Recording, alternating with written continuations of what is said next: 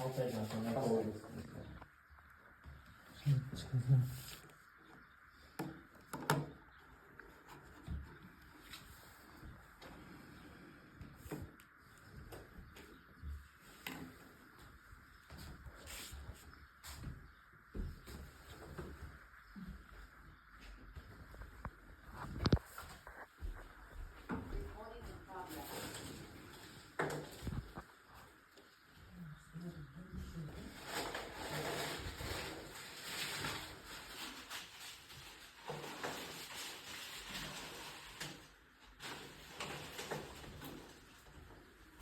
Siz bu kadar işlem görüyorsanız böyle olur.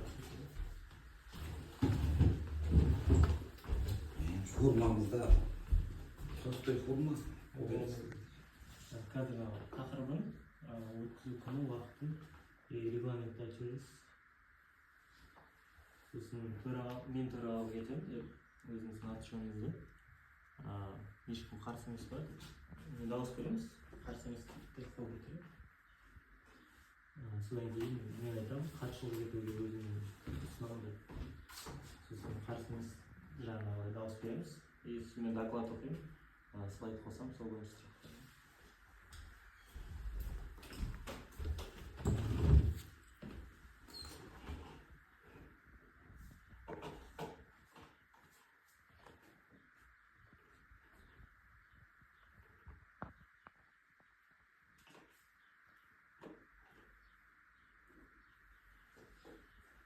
bu sfera ko'rsatib, shuni videoga ko'rib turamiz.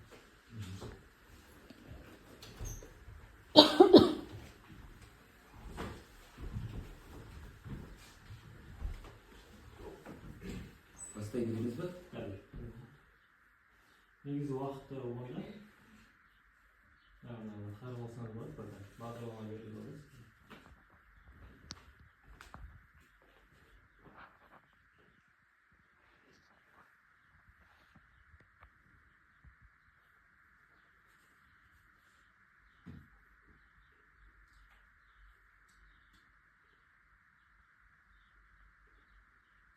Bulandırış kaydımı. Ama vaqt yo'q. Vaqt avvalroq naprosto. Sevishib turganda? Kadr dogovor turib, navruz. Endi sepkisini Ол неше болды істейді жатқанда? Қазір кетіп жатыр соған байланысты ол финансовый жағынан тариф түрінде болады. Сұрақтар болсаңыз жүргізіңіз.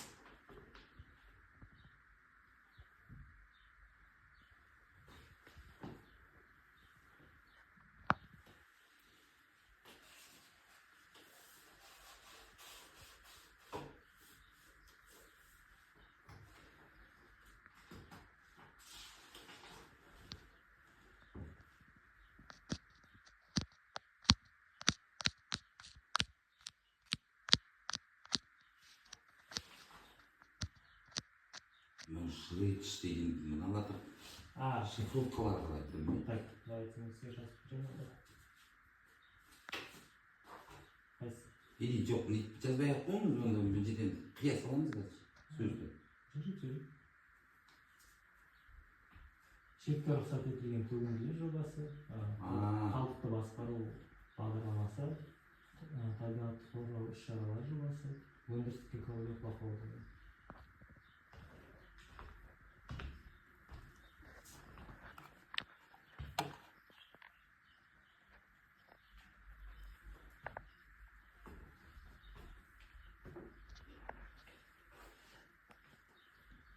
Зумпост тоже управление природными ресурсами қосылғысы келсе, сосын қалаған адамдар қосылып тамашалағысы келсе, сосын сұрақтары болса, қосылады. Мысалы, ауылға бұл зумды берген жоқ. Объявление тұр. Объявление тұр. Сайтта, оқулардың сайтында, сосын газетада, сіздің информациялық газетада, Қазақстан соларға берілді.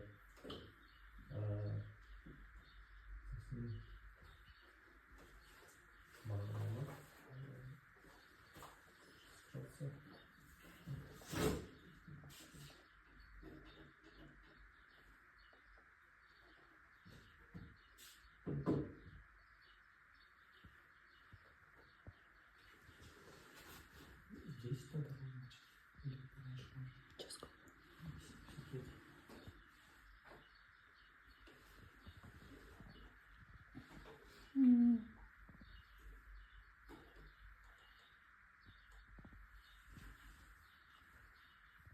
Экологтардың кеңесі.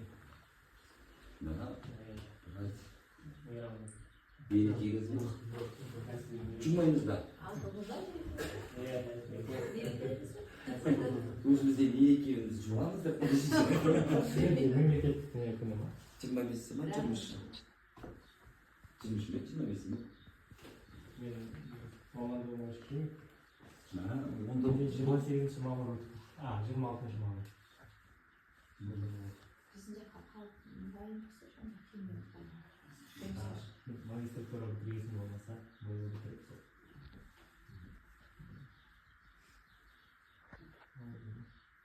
Неге мектепке ма?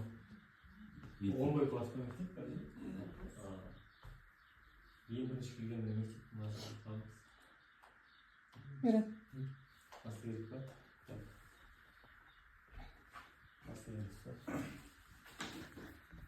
Қайырлы күн жиынға қатысушылар. Енді бүгін мысалы қоршаған ортаны қорғау бөлімі Қарағанды облысы Қарқаралы ауданы Шартты ауыл округ Теректі ауыл мекенжайында орналасқан Алтай полиметалл жауапкершілігі шектеулі серіктестігінің вахталық кейпінен алған буландырғыш бөліністерге су бұратын биологиялық тазарту кешенін салу жұмыстарының жобасында тұрмыстық қалдықтар,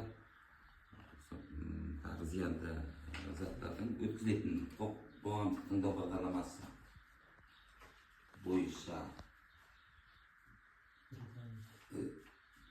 регламенттер қоғамдық тыңдауға қатысушылардың тіркеу сағат 9:50-де басталған болатын. Енді жергілікті атқарушы орган өкілінің кіріспе сөзі, онда 10 қоғамдық тыңдау қатысын сайлау, онда 20-ға дейін енді баяндамашыны тыңдаймыз, содан кейін сұрақтар мен жауаптар, пікір алмасу, қоғамдық тыңдау хаттамасын қабылдау. Енді төрағалықта өзім осы Шартты ауыл округінің әкімшілік аппаратының бас маманы Бекет Сағынтай енді қатысыны біз осы жерде сайласақ. Төрағалық етуге ешкім қарсымыз бар. Сағынтай ешкім қарсы болмайды. Баяндама оқуға қатысушы ретінде өзімді ұсынамын. Мен Экопрожект компаниясының инженерлік болуды Нұрғалиев Қанатұлы қатысқанымыз болмаса. Онда баяндаманы бастаймын презентация түрінде. Қарағанды облысы Қарқаралы ауданы Теректі ауыл мекенжайы бойынша Алтай полиметалл жауапкершілігі серіктестігінің вахталық қалашығына арналған буландырғыш өрістерге бұру арқылы биологиялық тазарту кешенін салу қоршаған ортасы жобасы бөлімі бойынша қоғамдық тыңдауым.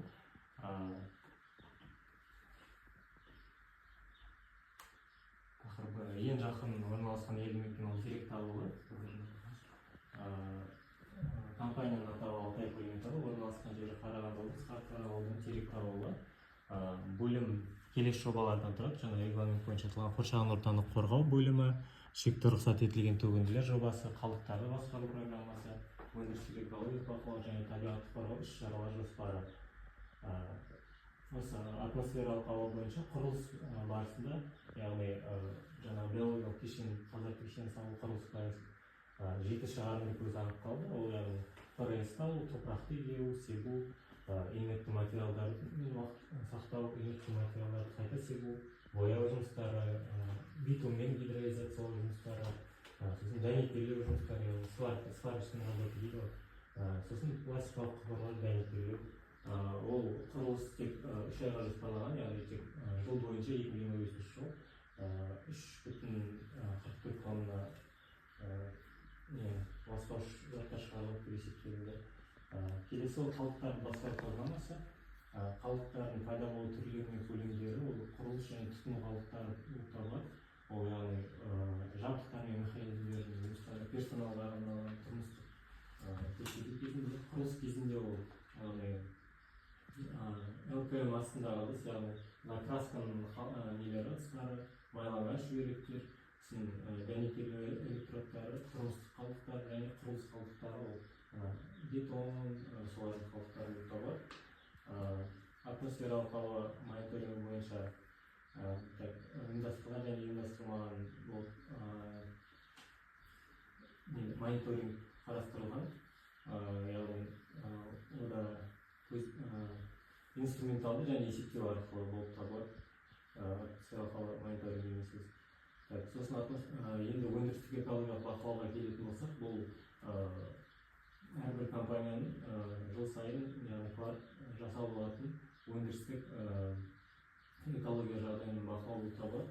Атмосфералық ауаға келетін болсақ, бұл жұмыс өткізу аймағында бір нүкте, онда анықталатын зат шаң бейорганикалық 70 және 20% кремнийі. Ол бақылау ету жылына бір рет болып табылады. Келесі ол сарқынды сулар жөніндегі мониторинг. Олар мәліметтер тазартуға дейінгі сулар, яғни до очистки, ағынды сулар тазартудан кейін. Ол жерде анықталатын заттар қалқымалы заттар, взвешенный вещества, азот, аммоний, нитраттар, фосфат, сульфат, хлорид, апат, мұнай өнімдері, жалпы темір болып табылады. Су объектісіне әсер ету мониторингі бойынша онда яғни подземный скважина дейді, жер асты ұңғымалары салынады. Ол ұңғыма бойынша екі ұңғыма, ол ұңғыма мониторингі ретінде алынған зиян заттар, жаңағы сарқын суларға алынған зиян заттар секілді солай болып табылады. Ол қалқымалы заттар, азот, аммоний, нитрат, фосфат, сульфат, хлорид, мұнай өнімдері, жалпы темір және беттік актив заттар болып табылады. Ол бақылау етіледі жылына бір рет және 90-на бір рет, яғни разгод ежеквартально. Келесі қалдықтар бағдарлама айтып кеткен жоғарыда айтып кеткен қалдықтар басқару программасының мақсаттары неғұрлым тиімді және экономикалық әдістермен алға қойылған мақсат жетілуін анықтау. Міндеттер мыналарды ескере отырып түзелетін және жиналған қалдықтардың көлемін азайтуға бағытталған. Кәсіпорындағы қалдықтарды кәдеге жарату, яғни вторичный использование аталады. Сосын қалдықтар қайта өңдеу және қайта өңдеуге инвестиция тарту. Сосын полигондарға шығарылатын қалдықтардың көлемін барынша азайту. Бағдарлама көрсеткіштері өндіріс және тұтыну қалдықтарының қоршаған ортаға теріс әсерін азайтуға бағытталған іс-шаралар кестесін іске асырудың белгілі кезеңдерінде келесі нәтижелерін айқындайтын санды және сапалық мәндер болып табылады. Барлығыңызға рахмет. Бұл менің баяндама бойынша. Енді сұрақтарыңыз болса. Баяндама бойынша сұрақтарыңыз болса. Мен өзімдегі сұрақ. Жаңа мұнда су қалдықтары деп айтылады ғой. Не, сарқын су туралы. Жаңа анжақтан орнатылатын. Орнатылатын. Ол енді неше жыл болды орнатылмай жатыр. Анадан мысалы аққан судың бәрі қазір бір бөшке тұрады, фильтрный сияқты. Бұл жерде.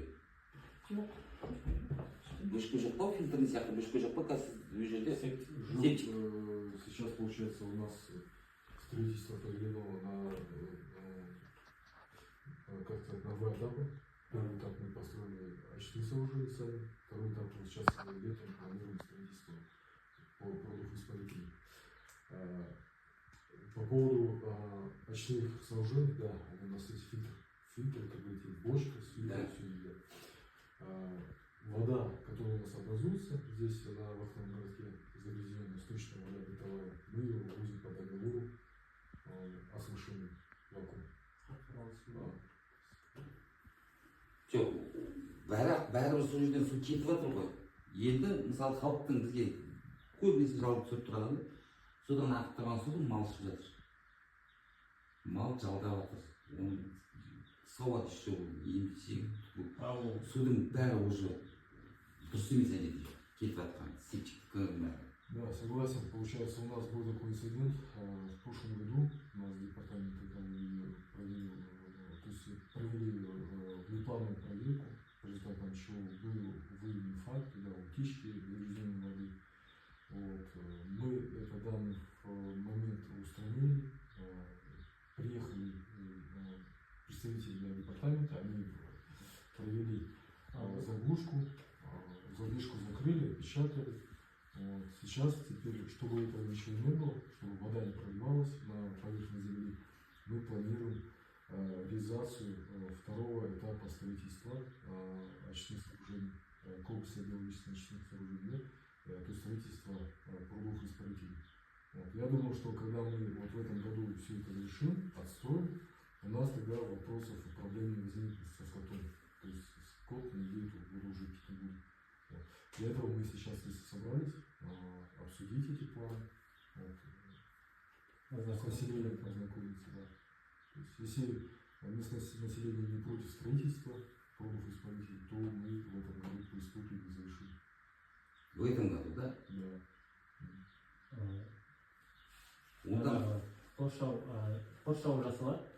жоқ, қоршау жас, иә, ол енді мысалы жаңағы су кетіп жатыр ғой, мына жақтан бұлақ ағып жатыр. Екеуі қосылып жатыр. Екеуі бір-біріне қосылып жатыр.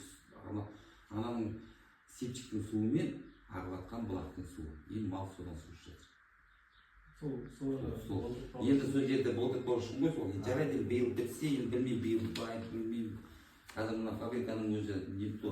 Екінші тағы шаң. Шаң туралы айтылып жатыр ғой. Шаң дегенің ауылдың ең бірінші бізге жабысып тұрған шаң. Бұл кісілерде мысалы Бұл жерде сразу айтылады. иә, бұл кісілер шаңды основной техниканы қойып, фабриканың емес, техниканың шаңы кіріп шығу. Бұл кісілердің нелері ғой, машиналар кіріп, жұмыскерлер кіріп шығып жатқан шаңында ауылдың ішін бәрін алып кетіп жатыр, кешкі жақын. Енді мысалы айналма жол бар, оған жүріңдер десе жүрмейді, бәрі көше ішімен жүреді. Не су алынбайды ол көше. Мысалы, хотя таңертең жұмысқа кетер, обед жұмыстан келер болса, 3 уақытта сулап отырса, онда может болмайды шаң. Касательно полива, у нас некоторое время техника была, то есть получается на простой полив обычно с машины, там запчастей не хватало. Но вот недавно буквально мы заказали запчасти необходимые для того, чтобы машина уже стала на ход. Я думаю, что в принципе, да, во время строительства, да, когда мы начнем строить очистные сооружения, ну, будем активно привлекать технику для полива, ну, хотя бы на время период строительства. Кроме того, мы также заказали специальную химию для исключения пыления дорожного полотна. То есть она склеивает эти мельчайшие частицы пыли, и таким образом, как сказать, пыль не выделяется при переезде, то есть при проезде техники по дороге. Может быть, вы слышали, на карьерах вообще химия специально. Если да, ложится, то есть получается, нам выделит своевременное финансирование в этом году, мы постараемся его здесь полить. Оно достаточно эффективно, да, можно даже 1 раз полить, 2 раза полить на сезон летний. И, в принципе, то есть выделение пыли на прекратится. Интенсивность пыления уже не такой будет сильный.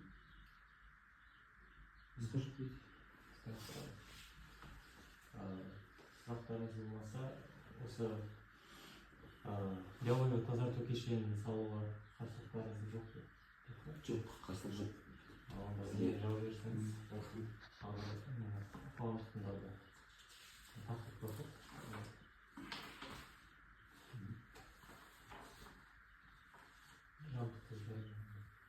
Жаңа қоршаған ортаны қорғау бөлімі арналған буландырғыш өндірістер су бұратын биологиялық тазарту кешенін салу жұмысына енді бір кісіге келісім беріп отырғандықтан біз енді осы бүгінгі бағдарлама жиналысымызды аяқтаймыз.